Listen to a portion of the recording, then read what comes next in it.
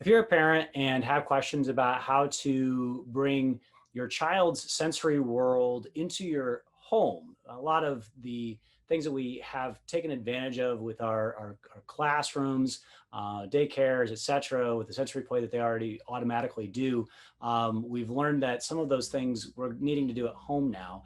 And one of the things that I wanted to talk with Megan about is a blog that she wrote about the sensory toys that she has in her home. So if that's something that you're curious about, this One Belly Wednesday is definitely for you. Megan, you wrote a blog for us about the 10 most interesting toys that you have at your home. First, I just kind of wanted to have you share with people why that became part of your world. And then we'll talk about kind of your top 3 tips. Yeah, sure, sure. Mhm. So I have a 9-year-old who has sensory processing disorder.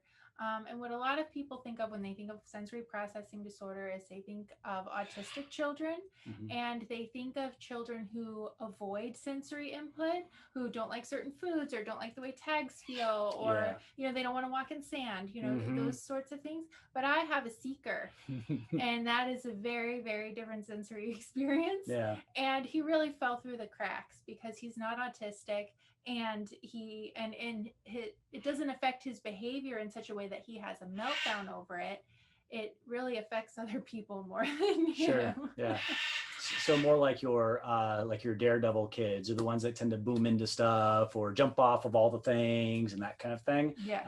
They're more looking for, let's say, loud noises to make their own kinds of sounds and that sort of thing for seeking, as opposed to your sensory defensive, which is the other side of the coin, right? Mm-hmm. So you went through a journey with Clark about understanding how his brain was working, how he was seeing his world. Who introduced you to these other things that you could bring into your house? Well, it's really been a team effort with him, and we've really culminated a lot of great people over the years. Of course, we've been seeing you since Clark was a baby, Hmm. and I think he was in about first grade when I came in and I said, Doc, there's just something going on, and Yeah. it's something more than him just being a little quirky. Hmm. And so that was when we really started to bring in some more people. Started taking him to an occupational therapist. I cannot recommend occupational therapists highly enough, Yep. especially for Providers. children with sensory processing disorder, because they don't just work with them in the office. They Hmm. give you stuff to do at home. They give you stuff to do at school. Like, they really help to create an entire world for this child where it doesn't matter where they are, they can have their sensory Right. needs met, and Hmm. they help empower you as the parent to do that for them. Sure.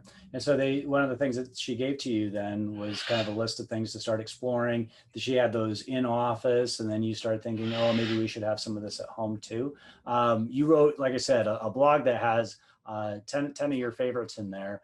You want to share 3 of them for people that want to kind of get curious about this? Yes, Mhm. definitely. So the first thing that we bought was a swing, a big old disc swing. We actually bought that before he even started OT because I had read, like, that's great. It's great vestibular input. Mhm. What I didn't realize when we bought it was how versatile this disc swing would be.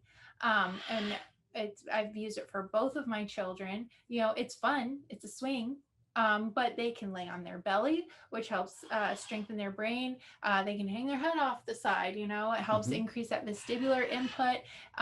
We used to study his spelling words because it seemed like the action of him being on the swing just helped organize his brain enough that Sure. he was able to, make sense of that information in his head, and it really helped him a lot. So that vestibular sense is the base sense in the brain of where up is. Mm-hmm. It's your balance and coordination sense. And when that one lays down correctly, all the other senses tend to come into line a little bit easier. So that's a Yes. really good foundational place to start. Mm-hmm. What's the next one?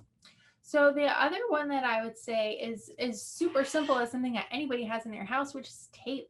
Oh, Just getting a roll of tape, because you can create so many different obstacle courses, and those are really, like, king when it comes to kids with sensory issues. And it's a way to help you feel like you can create fun for them without also feeling like everything I do with my child is therapy, Right. and you can have your other littles like participate in it. It doesn't have to just be about your one or maybe two children that have that issue. All of your kids can participate. And so we would do little tape outlines on the floor, Mm-hmm. where they'd walk and do a loop-de-loop, or Mm-hmm. they'd have to jump, or even like a figure eight on the floor really helped with like midline crossing and stuff like that. All right. Yeah, so just something like masking tape, Yeah. marking out a little obstacle course throughout your house. Sure. I mean, that can be applicable for a lot of different ages because there's a lot of kids who will like taking, I don't know, cars or horses or dinosaurs or whatever, and going along trails. And so you can do that across Mm-hmm. from the right side to the left side. Has a lot of really good implications for the brain. You mentioned the midline crossing. It's something Mm-hmm. that happens for a lot of children when they learn how to crawl. But for some of the children who are maybe sensory defensive and don't want to put their hands down on the ground, or they skip their where are my body parts at sense, the proprioceptive sense, this is a good way to get them to do things like, like Twister, right? Like Mm-hmm. having them put their hands in different directions, Yeah. hopping from one square to another, or like we've got the tape here on our floor, and the number of babies that just like, that's the number one baby toy in this office Oh too, yeah. is that just like funny colored duct tape, and they just follow Oh along. yeah, they just stare at it. So last one, if you had one more good thing for parents to try out with their kids, what would you say? I would say a trampoline. Awesome. So my whole list really focuses on gross motor skills. When you send your kids to school, they're getting tons of fine motor work. Whether they go to Right. Montessori or traditional school, they're working on handwriting, they're working on a lot of stuff. But those fine motor skills, they're not going to develop without core strength and gross motor strength.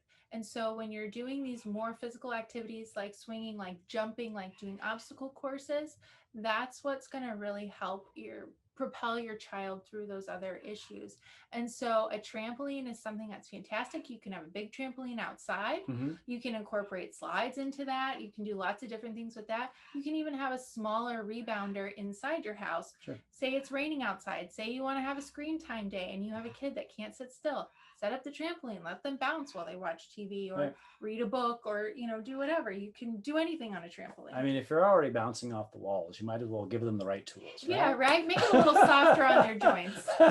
Give your couch a break. I have a friend of mine, Catherine, who said that if you ever have a child who has really beautiful handwriting, chances are they've got really strong shoulders, that they learned how to climb and hang and do monkey bars and that kind of stuff, because that's how the brain works, is it lays down this window of the big joints for your shoulders and your hips when you're little, and then it goes through another phase of it again when you're learning the fine motor skills to be able to create stability for all those big joints so the little ones can really work. So yeah, I love that idea. That's a great one. All right, cool. Well, mamaschiropractic.com, we've got Megan's blog up on there.